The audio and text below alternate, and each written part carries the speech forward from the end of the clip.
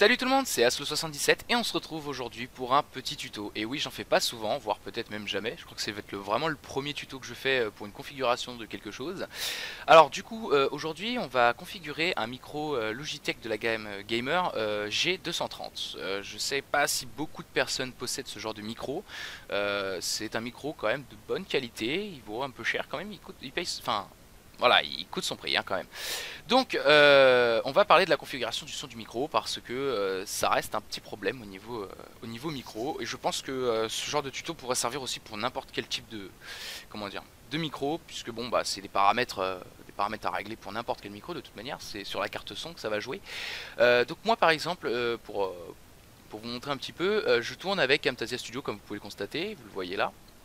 Donc en gros, je peux régler déjà par l'interface de Camtasia Studio le son de mon micro. Donc là on m'entend pratiquement plus, là on commence à m'entendre un peu mieux et là on m'entend bien.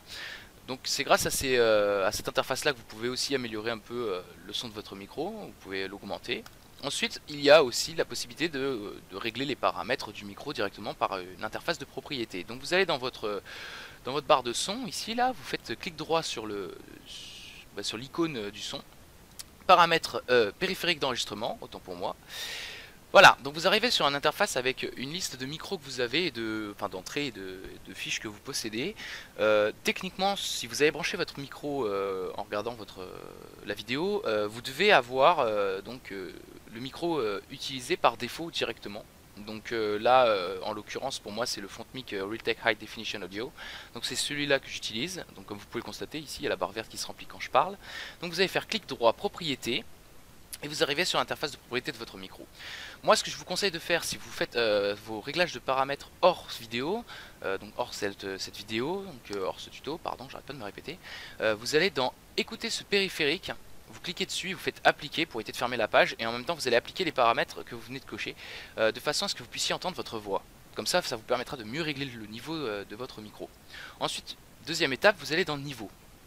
Vous allez régler le son de votre micro à 100. Au moins comme ça vous serez sûr que le son de votre micro est au maximum. Ensuite c'est au niveau de l'ampli qu'il faudra jouer. L'ampli a un petit défaut, c'est le son qu'on entend là derrière. Si vous concentrez vraiment, enfin il n'y a pas vraiment besoin de se concentrer en fait, c'est assez, vous l'entendez. C'est le léger sifflement d'air que vous entendez derrière, c'est à cause de l'ampli. Par exemple si vous mettez à 20, on l'entend un peu moins mais on m'entend aussi moins.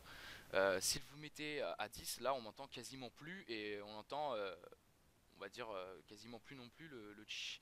Donc moi je le règle à 30, comme ça on m'entend vraiment fort et j'ai pas besoin de gueuler dans le micro ou de rapprocher le micro près de ma bouche, désolé pour vos oreilles.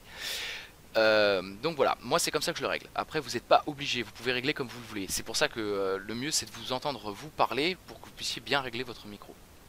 Ensuite vous allez dans amélioration, vous regardez si la case pardon, annulation du décalage d'essai est cochée. Si elle n'est pas cochée, je vous conseille de la cocher. Ça évitera le décalage entre votre voix et ce qu'on va entendre dans les haut-parleurs en fait. Ensuite vous avez statistiques avancées, là il faut que vous ayez là. Et en fait vous allez choisir votre sortie, enfin votre canal. Donc là moi je suis branché directement sur la carte son, donc au canal 2.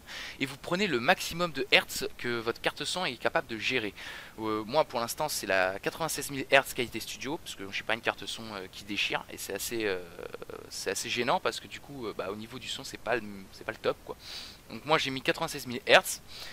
Ça va régler en fait, enfin ça va surtout empêcher des problèmes au niveau de votre voix, déjà qu'on vous entende mal ou que, je sais pas moi, qu'il y ait des problèmes, que ça saccade votre voix ou ce genre de choses, ça va vraiment améliorer la qualité du son.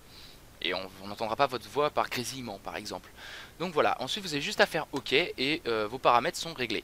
Ensuite ici vous faites OK pour fermer. Et voilà, c'est tout pour ce tuto. Allez, je vous dis à très bientôt pour une prochaine vidéo qui sera peut-être pas un tuto forcément, mais sur quelque chose d'autre, je ne sais pas. Et je vous dis à très bientôt.